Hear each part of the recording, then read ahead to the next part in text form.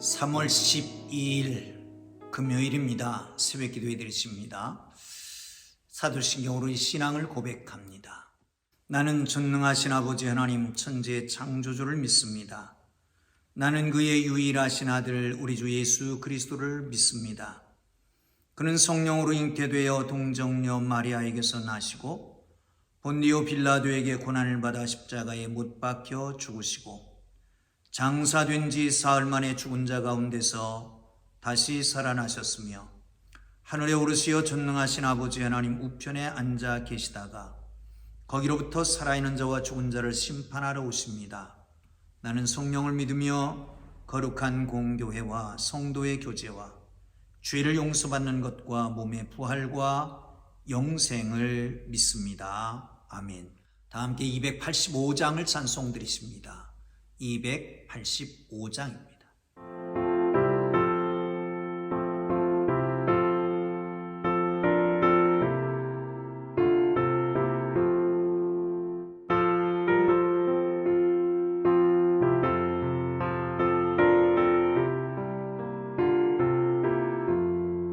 주의 말씀 받은 그날 참 기쁘고 복되도다. 이 기쁜 마음 못 이겨서 온 세상에 전하노라. 기쁜 날 주 나의 죄 다 씻은 날 늘 깨어서 기도하고 늘 기쁘게 살아가리. 기쁜 날 주 나의 죄 다 씻은 날 이 좋은 날 내 전한 몸 새 사람이 되었으니 이 몸과 마음 다 바쳐서 영광의 주를 섬기리. 기쁜 날 주 나의 죄 다 씻은 날 늘 깨어서 기도하고 늘 기쁘게 살아가리. 기쁜 날 주 나의 죄 다 씻은 날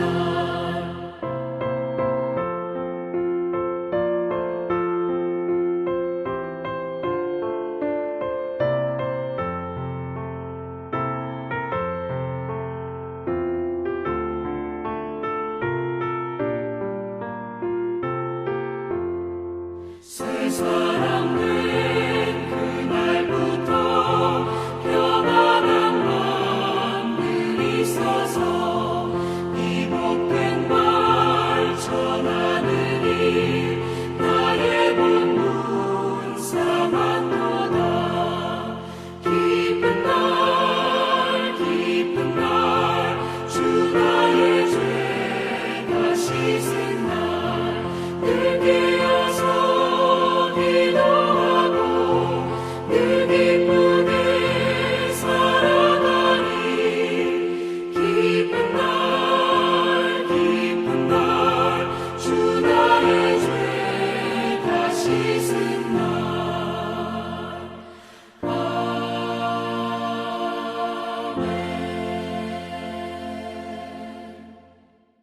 오늘 은혜 주실 기록된 하나님 말씀 마태복음 22장 23절에서 33절 말씀까지 봅니다. 마태복음 22장 23절에서 33절까지 말씀입니다. 찾으셨으면 우리 함께 읽으면서 은혜가 되시기를 바랍니다. 부활이 없다 하는 사두개인들이 그날 예수께 와서 물어 이르되 선생님이여 모세가 일렀으되 사람이 만일 자식이 없이 죽으면 그 동생이 그 아내에게 장가들어 형을 위하여 상속자를 세울지니이다 하였나이다. 우리 중에 7형제가 있었는데 마지가 장가들었다가 죽어 상속자가 없으므로 그 아내를 그 동생에게 물려주고 그 둘째와 셋째도 일곱째까지 그렇게 하다가 최후에 그 여자도 죽었나이다. 그런즉 그들이 다 그를 취하였으니 부활 때에 일곱 중에 누구의 아내가 되리까? 예수께서 대답하여 이르시되 너희가 성경도 하나님의 능력도 알지 못하는 거로 오해하는도다. 부활 때에는 장가도 아니가고 시집도 아니가고 하늘에 있는 천사들과 같으니라. 죽은 자의 부활을 논할진대 하나님이 너희에게 말씀하신 바 나는 아브라함의 하나님이요 이삭의 하나님이요 야곱의 하나님이라 하신 것을 읽어보지 못하였느냐? 하나님은 죽은 자의 하나님이 아니요 산 자의 하나님이시니라 하시니 무리가 듣고 그 가르침에 놀라더라. 아멘. 할렐루야. 사랑하는 성도 여러분, 부활의 신앙이 여러분과 함께하기를 주님 이름으로 축복합니다. 그날에 라고 하는 말로 시작합니다. 이 그날에라고 하는 것은 그 앞에 세금 때문에 바리새인의 제자들과 헤롯 당들이 예수님의 앞에 와서 논쟁을 벌였던 사건, 그날입니다. 그러니까 총체적으로 예수님을 어떻게 하면 말에 올가미를 씌울까? 그래서 총체적으로 총집중돼서 그날 한 번에 이렇게 예수님 앞에 와서 예수님을 시험하고 있는 것이지요. 이 사두개인들이 왔습니다. 그리고 부활에 대한 논쟁을 하는 것입니다. 이들은 부활이 없다라고 말했다는 거예요. 여러분, 사두개인이라고 하는 것은 다윗 시대의 제사장이었던 사독이 있습니다.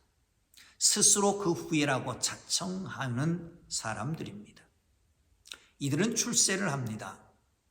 그래서 당시의 사내들인의 대부분이 이 사두개인들로 구성되게 됩니다.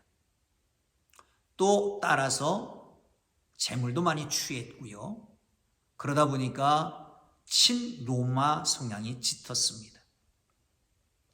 그러다 보니 모세 오경만 인정하고 선지서들을 역사서를 전혀 인정을 하지 않습니다. 거기다가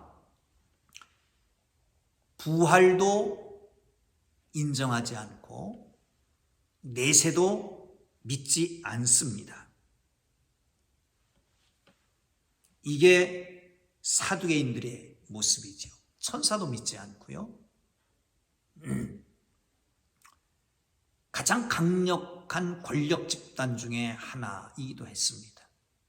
이들이 와서 예수님이 가르치시는 부활에 대한 가르침이 모순됐다라고 하는 것을 만천하에 많은 사람들 앞에 공개적으로 비난하기 위해서 온 것입니다.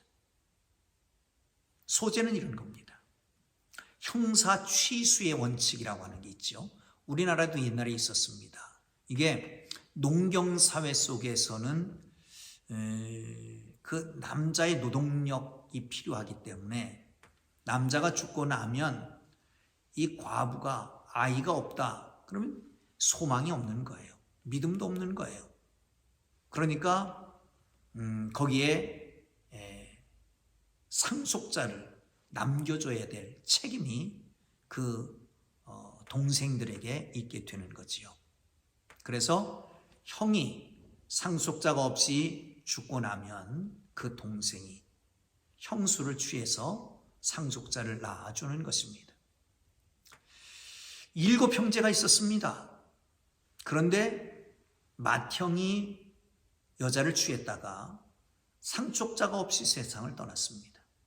그러니까 둘째로부터 시작해서 7째까지 그 여인과 함께 살았는데 부활하게 되면 그 여인은 누구의 여자가 되겠느냐라고 하는 거지요.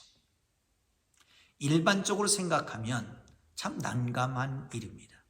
그런데 부활에 대한 것을 잘 알지 못하기 때문에 그런 것입니다.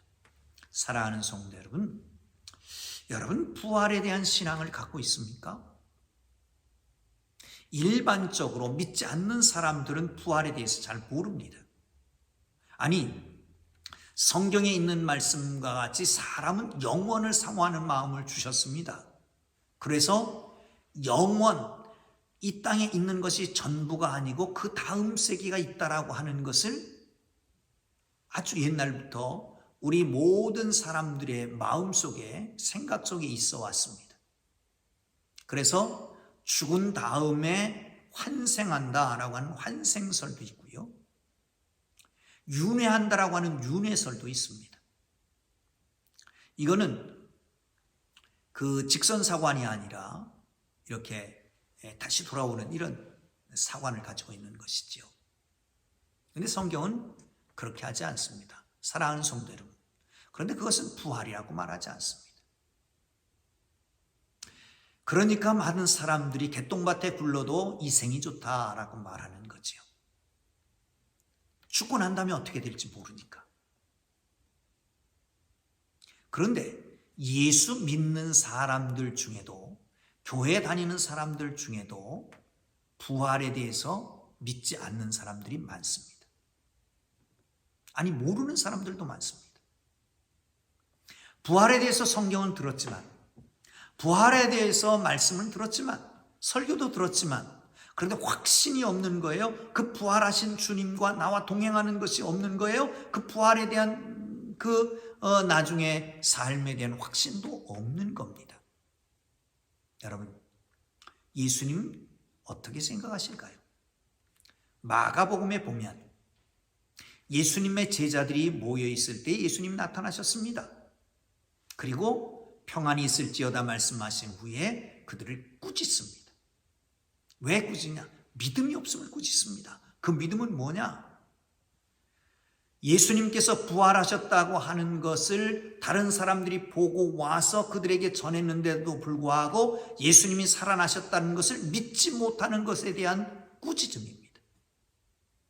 거기뿐만 아니라 누가복음에도 같은 내용이 있습니다. 엠마오로 가는 두 제자들을 꾸짖으십니다. 왜요?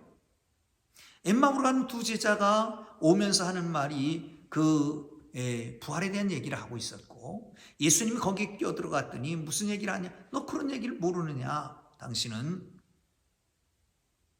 그 예루살렘에서 생겼던 일, 그 부활에 대한 얘기를 모르느냐? 그러나 예수님이 옆에 있으면서도 알아보지 못하는 그들을 향해서 꾸짖습니다. 선지의 말을 터디 믿고 보았다고 하는 사람들의 증언도 믿지 않음을 꾸짖는 것을 볼 수 있습니다. 여러분, 교회에 나오고 부활주의를 여러 번 지나고 부활에 대한 말씀도 듣고 보고 했는데 아직도 부활에 대한 확신이 없습니까? 여러분, 돌아보십시오. 내게는 부활에 대한 확신이 있는가? 그리고 부활신앙의 확신을 갖고 살아가는 하나님의 사람들 되기를 주님의 이름으로 축복합니다. 할렐루야. 자, 두 번째 29절을 함께 보겠습니다. 시작. 예수께서 대답하여 이르시되 너희가 성경도 하나님의 능력도 알지 못하는 거로 오해하는도다. 사랑하는 성도 여러분, 오해는 어디서부터 생길까요? 성경을 잘 모르니까 생기는 겁니다. 하나님의 능력도 믿지 않으니까 생기는 겁니다. 성경을 확실히 믿는다면 성경에 나왔던 부활에 대한 것을 믿을 수밖에 없고, 하나님의 능력을 믿는다면 전혀 문제가 될 게 아닙니다. 그것 때문에 그럽니다. 그래서 사두개인들의 질문을 듣고 그들에게 지적을 하잖아요. 성경에 대해서 바른 이해를 하지 못한다. 또한 하나님의 능력도 알지 못하기 때문이다 라고 말씀하죠. 사랑하는 성도 여러분, 예수님은 부활이 단순히 이 세상에서의 삶이 연장선상에서의 삶이라고 하지 않습니다. 새로운 삶입니다. 새로운 존재가 되는 것입니다. 이 세상에서는 결혼이 참 중요합니다. 요즘 젊은이들은 결혼을 안 하는 젊은이들이 많아요. 시기를 놓쳐서 그럴 수도 있지만 비혼주의자들도 있고요. 그렇습니다. 그런데 하나님은 홀로 있는 것이 애처로워서 보기에 좋지 않아서 하와를 만들어서 아담과 짝을 지어서 가정을 이루게 하셨잖아요. 중요한 일입니다. 종족을 완성시킵니다. 다시 말하면 하나님의 형상을 상조하게 나가는 것이 결혼 제도를 통해서 이루어지는 것입니다. 혹시 이 유튜브나 이 말씀을 듣는 젊은이들이 있다면 꼭 결혼하십시오. 때가 늦기 전에. 그런데 하나님의 나라는 시집가고 장가가는 게 아닙니다. 거기는 천사같이 나타나는 거예요. 왜 그러냐? 부활의 목적은 하나님 나라의 삶은 하나님과의 교제이기 때문에 그렇습니다. 부활의 목적이 뭐라고요? 하나님과의 교제이기 때문에 그렇습니다. 여러분, 이 땅의 연장선상으로 부활을 생각하지 말고 그냥 삶이 오래 늘어지는 것, 아니 잠깐 그쳤다가 다시 이어지는 그런 삶이 아니라 그 하나님 나라는 차원이 다른 나라다. 그 하나님은 새로운 존재로 살아가는 나라다. 그 하나님 나라에 대해서 편협한 생각을 가지고 성경을 보지도 말고 내 능력 가지고 하나님의 능력을 평가하지도 말고 하나님의 말씀을 제대로 깊이 있게 깨달아 알고 나아가서 우리의 능력, 우리의 생각, 우리의 경험 가지고 하나님의 능력을 과소평가하지 말고 축소시키지 말고 하나님의 거룩한 백성으로 하나님의 능력이 그대로 우리 삶 속에 이루어지는 부활신앙의 삶이 되기를 주님 이름으로 축복합니다. 자, 32절을 함께 보겠습니다. 31절부터 봅니다. 시작.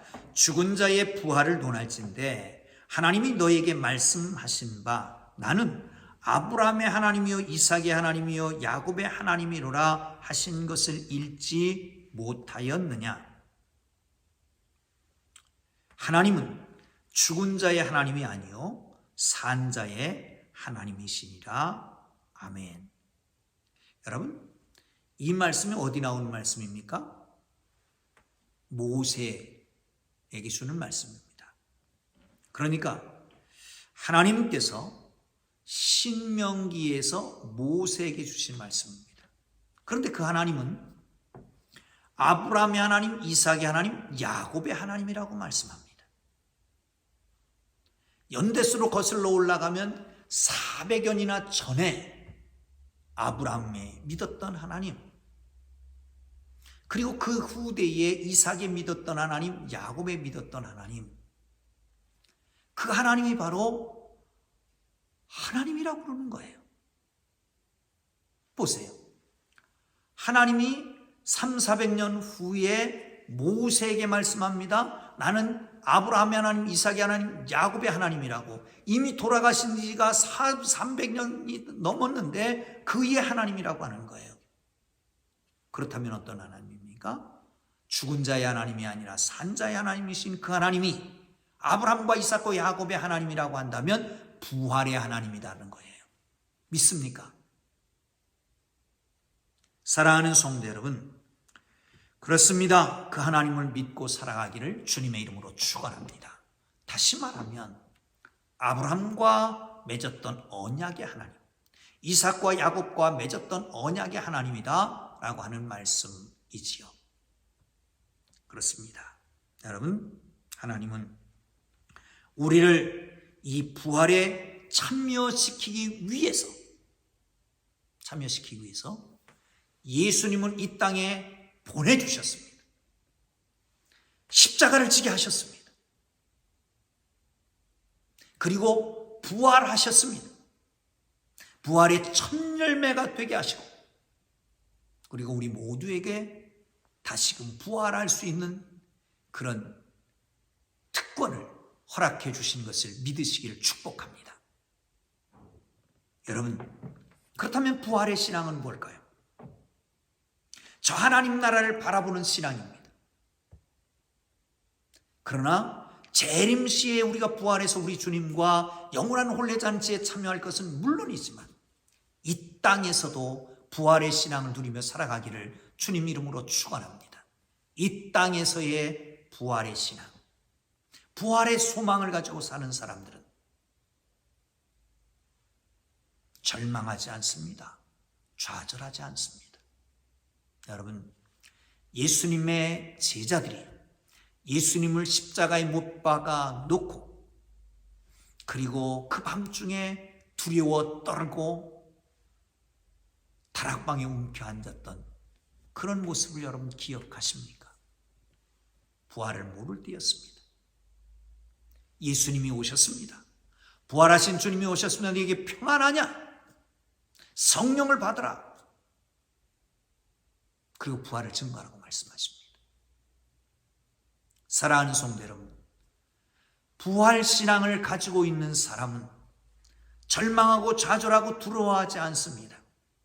지금 현실에 무너지지 않습니다. 지금 현실적으로 경제적이 어렵다고 하더라도, 육체의 질병이 들었다고 할지라도 부활의 신앙 가지고 있으면 그것을 극복할 수가 있을 겁니다. 뿐만 아니라 우리가 경제적인 어려움과 육체적인 질병에도 불구하고 부활의 신앙을 가지고 살아가는 우리에게 주위의 사람들은 도전을 받을 것입니다. 감동을 받을 것입니다. 그리고 우리도 저들과 함께 부활의 신앙에 동참하기를 원할 것입니다. 여러분, 그렇습니다. 부활의 신앙을 가지고,